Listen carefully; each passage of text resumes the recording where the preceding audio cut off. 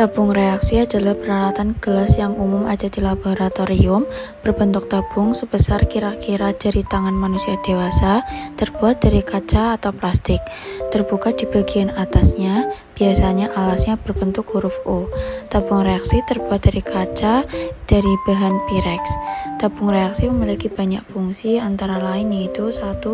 Menampung sampel, 2. Mereaksikan bahan kimia, 3. Memanaskan bahan kimia, 4. Membuat distilasi sederhana, dan yang kelima adalah memisahkan bahan kimia.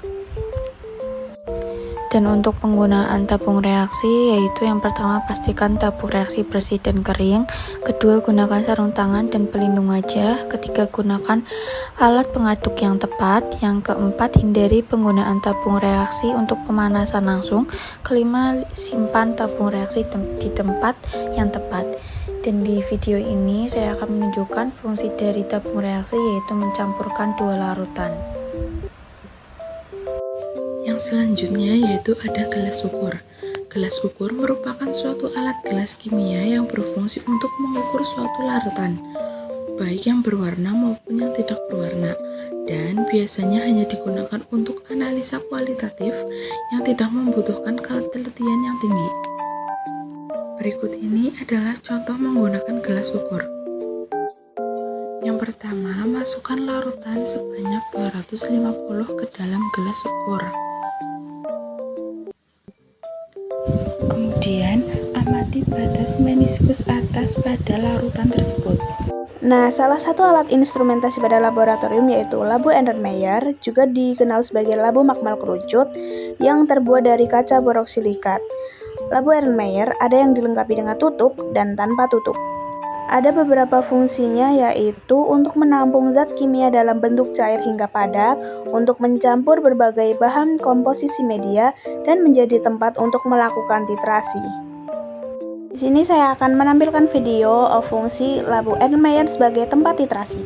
Hal yang pertama dilakukan yaitu siapkan buret dan siapkan reagen yang digunakan sebagai titran. Pastikan keran buret tertutup dan pastikan tidak ada rongga udara pada ujung keran buret.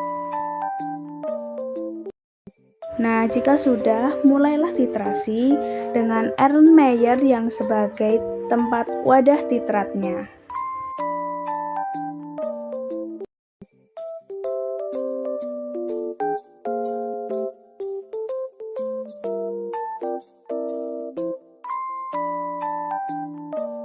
Halo teman-teman semuanya, berikut ini merupakan cara penggunaan labu ukur. Untuk pertama-tama, masukkan larutan yang akan dilakukan standarisasi atau pengeceran ke dalam labu ukur menggunakan sorong. Kemudian, lakukan dengan hati-hati.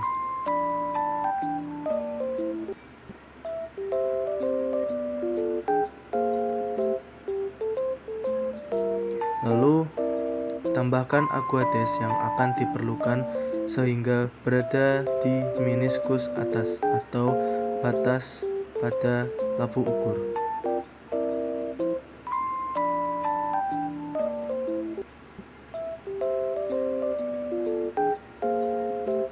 Jika sudah mendekati tanda batas, maka tambahkan aqueous menggunakan pipet tetes dengan hati-hati sampai meniskus sejajar dengan garis tanda.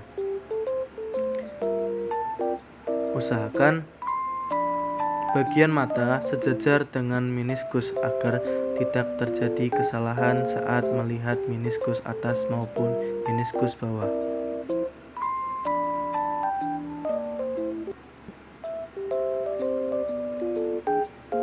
Kemudian, tutup labu ukur menggunakan tutup yang sudah tersedia.